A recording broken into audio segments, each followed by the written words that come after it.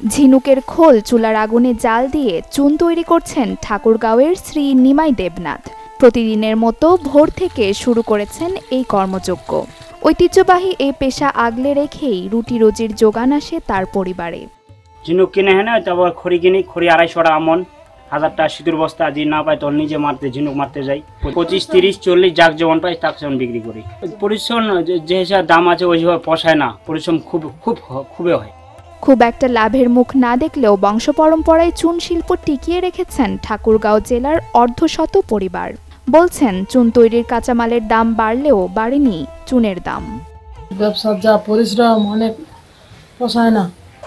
খড়ি কিনতে হয়, ঝিনুক 1000 টাকা বস্তা দিয়ে কিনে আনতে হয়, আবার বাজারে এটা বিক্রি করতে হয় 30 থেকে 25 টাকা কেজি।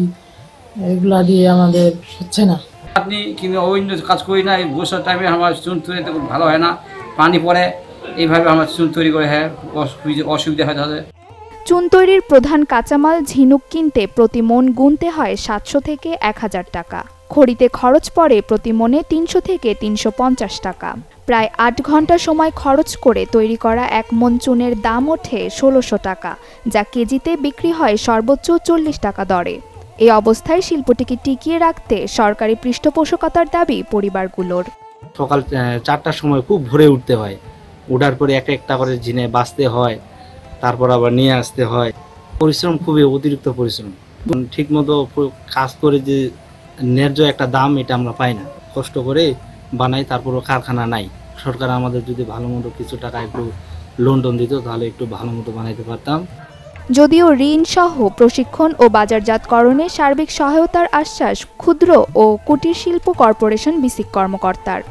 এই ঠাকুরগাঁও অঞ্চলে আখানগর নামক স্থানে ঝিনুক থেকে যে চুন তৈরির যে কার্যক্রম চলছে, 10 থেকে 15টি পরিবার এই কাজের সাথে সম্পৃক্ত আমরা জেনেছি। আমরা সেখানে পরিদর্শন করব এবং ওনাদের চাহিদা মাফিক যে সহযোগিতা প্রয়োজন সেটি বিসিক জেলা কার্যালয় থেকে সরবরাহ করা হবে। সেটা যদি প্রশিক্ষণ হয়ে থাকে প্রশিক্ষণ, ওনাদের যদি ক্ষুদ্র ঋণের প্রয়োজন হয়ে থাকে সে বিষয়ে বিসিক কাজ করবে।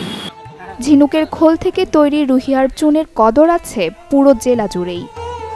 Desk report, channel 24।